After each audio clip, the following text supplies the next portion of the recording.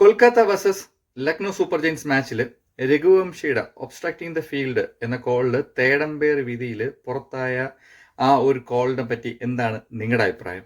എനിക്കത് തീർച്ചയായും not out ആയിട്ടാണ് തോന്നിയത്. നിങ്ങൾ കളി ലൈവ് കണ്ട ആൾക്കാരാണെങ്കിൽ നിങ്ങൾക്ക് മനസ്സിലാവും. കമന്റേറ്റർ പറഞ്ഞതും ഈസ് ഓക്കെ, അത് എന്തായാലും നോട്ട് ഔട്ട് ആയിരിക്കും എന്നാണ്.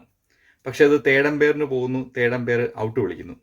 അതിന് തേർഡ് അമ്പയർ പറയുന്ന രണ്ട് കമന്റ് എന്ന് പറയുന്നത്, ഒന്ന് ബാറ്റർ ലൈൻ ചേഞ്ച് ചെയ്തു എന്ന് വെച്ചാൽ ആംഗിൾ ചേഞ്ച് ചെയ്തു, രണ്ട് ബാറ്റർ ഫീൽഡർ നോക്കുന്നുണ്ടായിരുന്നു എന്നൊക്കെ പറയുന്നു. ആ ബോൾ സ്റ്റമ്പിലേക്ക് എറിയുന്നു, അത് രഘുവംശിയുടെ കാലിലാണ് ഒന്ന് അടിക്കുന്നത്.